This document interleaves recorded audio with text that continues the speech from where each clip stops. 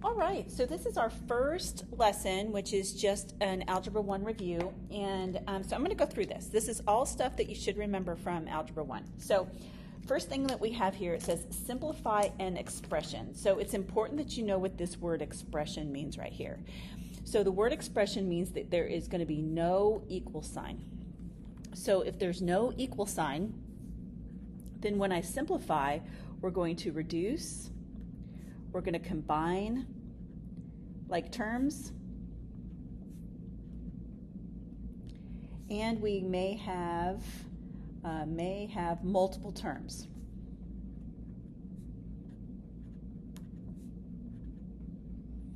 All right, so an example of this might look like this. 3x plus 2x plus 7.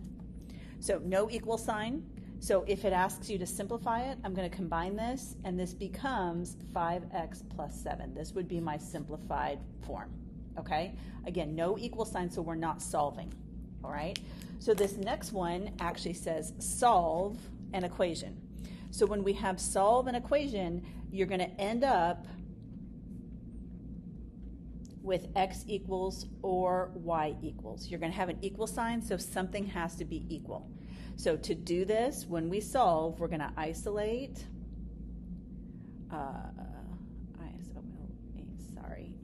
the variable, and you will have an equal sign. So an example of what this looks like is, let's say 3x plus 2x plus 7 equals -3. All right, so difference between these two, no equal sign up here. I do have an equal sign here.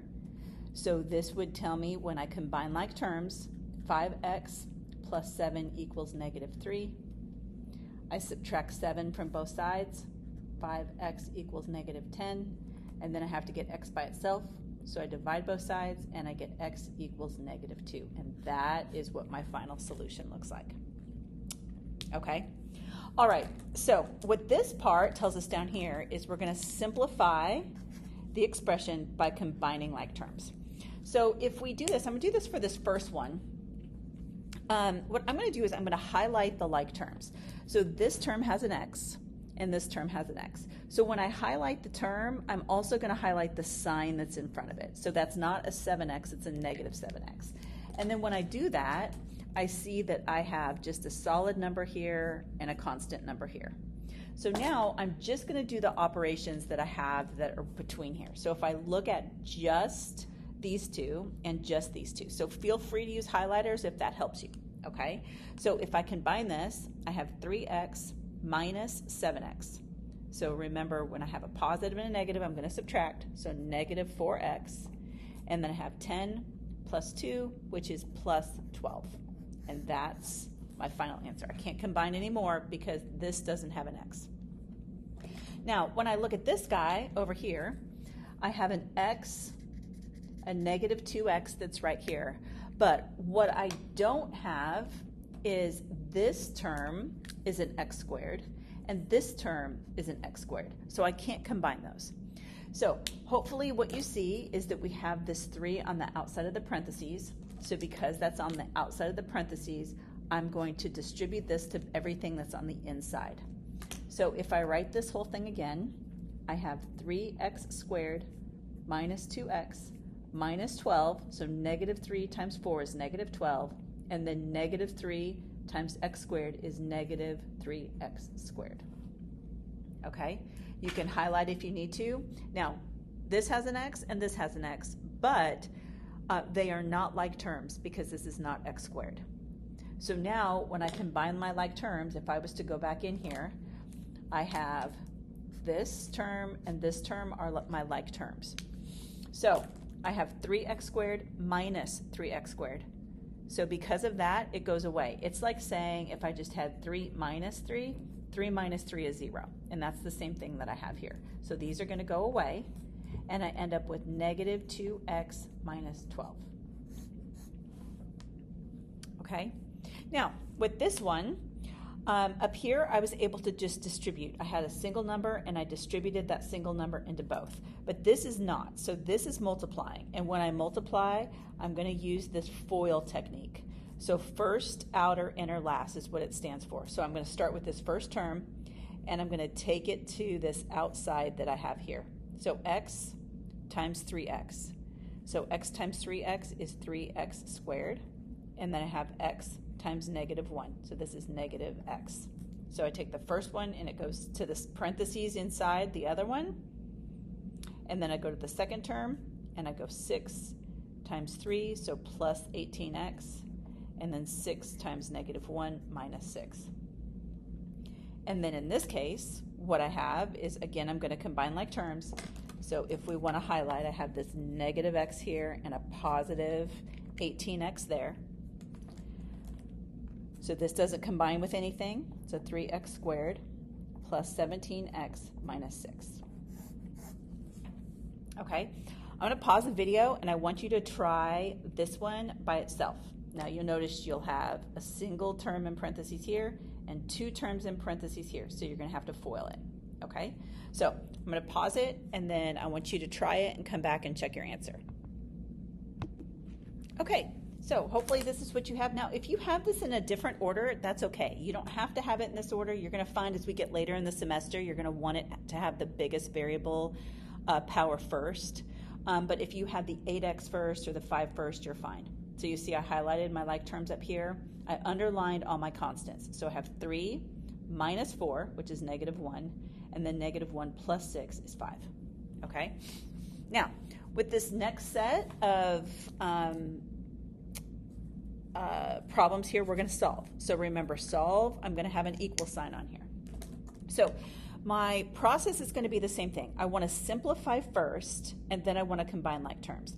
So I see here that I'm going to distribute this 3 into everything on the inside of the parentheses. So I have 2x plus 15x minus 6 equals 8. So if I combine like terms, these are my like terms on this side. So 17x minus 6 equals 8. Now, at this point, we're doing our order of operations. So this has an x. I want it to be x equals because I'm solving. So I'm going to add 6 to both sides.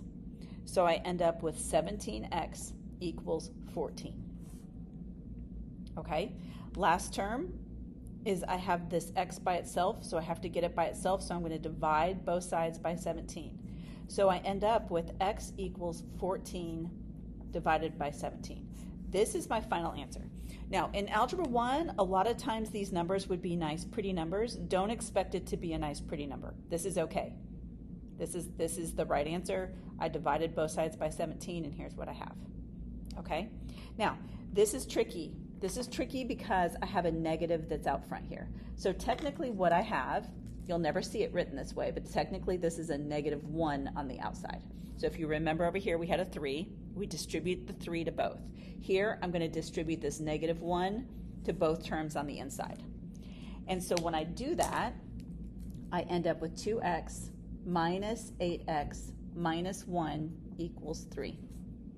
Because I have negative 1 times positive 1, which is a negative 1. So now when I combine like terms, these are the 2 terms I'm going to combine because they're both the terms with the x. So I have 2 minus 8. So negative 6x minus 1 equals 3. I have to get this, the goal is to get the x by itself, so I'm going to add 1 to both sides. So negative 6x equals 4.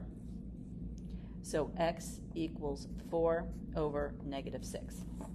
Now, this looks like it's done, but it's not because I know that I can reduce this. Both of these can be divisible by 2. So I end up with x equals 2 over negative 3. Now, I'm going to show you something on this. If I write 2 over negative 3, this is the same as negative 2 over 3, and this is the same as negative 2 over 3. So I can have the negative in the denominator, I can have the negative in the numerator, and I can have the negative out front. Any of these is okay. This is all the same as just this answer. There's not, technically this is the one that I like the best, but if you wrote it in any of those cases, it's not going to be wrong. Okay? Go ahead and pause your video again and do number 7, and then come back and check your work. All right, sorry, this one was a little tricky. I didn't look at it first. So we've got variables on both sides, and we have constants on both sides. So after you distribute, it should look like this. And after you combine like terms, it'll look like this. Okay? So because this is a positive and this is a negative, they don't cancel each other out because they're on opposite sides of the equal sign, right? So here's my equal sign. So if I add 2x to both sides, then this goes away, but I have 4x over here. So 4x minus 2 equals 20. So I add 2 to both sides, and I get this. Again, remember, we always reduce. So I end up with this as my final answer. Got to reduce. Okay? All right, let's flip it over. Okay, we've already kind of talked a little bit about order of operations, but I'm going to make sure that you understand this. So PEMDAS, I like to use G for GEMDAS, and this is grouping. And the reason why I like to use a G for grouping is because I could have parentheses inside of brackets. So you're always going to work from the inside out. Okay? So the E is exponents. And we can look at exponents 2 different ways. You can look at it this way, as something like x squared, or we can look at it with a value of 3 squared, right? So we can have our exponent on a variable, or we can have our exponent on a number, okay? Now, multiply and divide, this is going to go left to right, and I'm going to put a big note here. It is not always multiplication first. A lot of times people think, oh, we're going to multiply first because we say PEMDAS, M before D, but that's not true. You're going to look at your order of operations, and it's going to go left to right. In fact, I'm going to make a big little note here that says order matters. Okay, we see the same thing here with addition and subtraction. So when we have addition and subtraction, again, we're going to go left to right. So you're not always going to add, you might subtract. Okay, now we're going to do these. We're going to simplify these without the calculator today. And so I'm going to talk about a couple of things. This question right here is probably the most missed question of the entire year. So here's what happens. When we have something squared, it means we have 2 of them. Now this is saying I have 2 4s. This is saying I have 2 negative 4s. So here's really what I have over here. I'm going to write this the long way, and then I'm going to show you how to solve this. So I have negative 4 times 4 plus negative 4 times negative 4. So here the negative's on the outside. It's not in the parentheses. So only thing I have 2 of is 2 4s. Here the negative is in the parentheses, so that means I have 2 negative 4s. So this becomes negative 16. And here I have a negative times a negative, so I have positive 16. So this whole thing simplifies to just 0. So highlight this, circle this, do something, because this is the most missed question. Make sure you have written this on your paper so you can go back and look at it. All right? So here, order of operations, I see I have parentheses, but there's nothing to do in the parentheses. It's just showing you parentheses so that you know you multiply. So left to right, I'm going to have 6 times 5, which is negative 30. And then I'm going to subtract. I have negative 3 times negative 2. This becomes a negative 6. So now what I have is a negative times a negative, because remember what we said a minute ago is this is like saying negative 1, and when I distribute this I have a negative 1 times a negative 6. So I can rewrite this as negative 30 plus 6, and when we simplify this we end up with negative 24.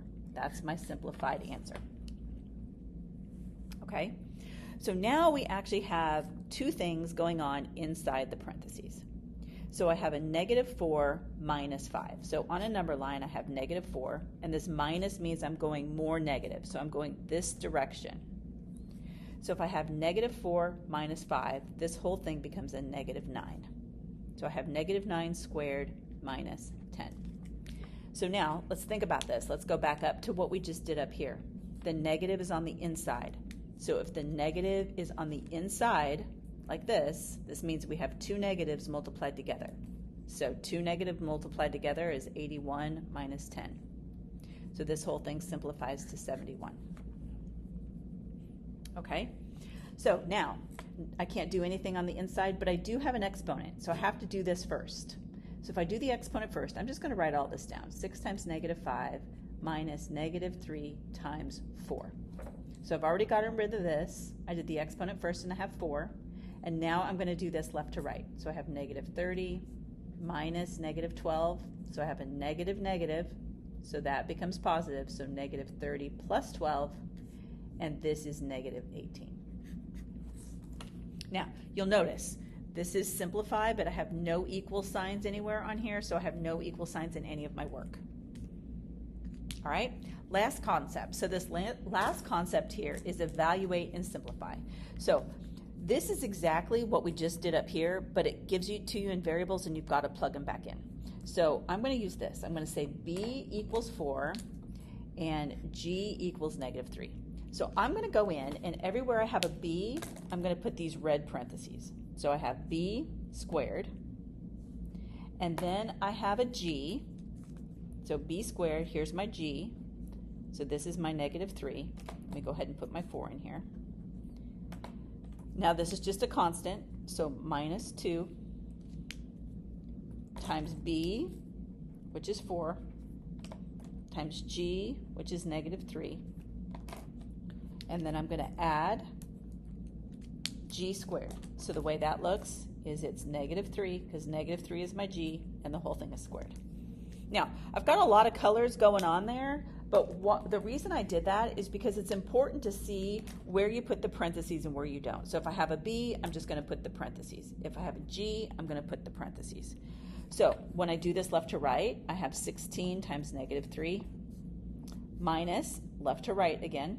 So I have 8 times negative 3, because I do this one first, plus negative 3 times negative 3, which is 9. Now I can keep going. This gives me negative 48. Now I have a negative times a negative, so plus 24 plus 9. So now I have negatives and positives all left to right. So I'm going to do this one first. So I have negative 24 plus 9, and this whole thing becomes negative 15. Okay, so this should have been review from Algebra 1. One thing that we're going to do here is I want you to just do this. So what we did is we plugged in, and when we just take a value and we plug it into an expression, we call this substitution. And you're going to see substitution a lot later on in the year, but I want to start thinking about that now. This concept of just plugging it in, all we're doing is substitution. Okay? Go ahead and try your homework now.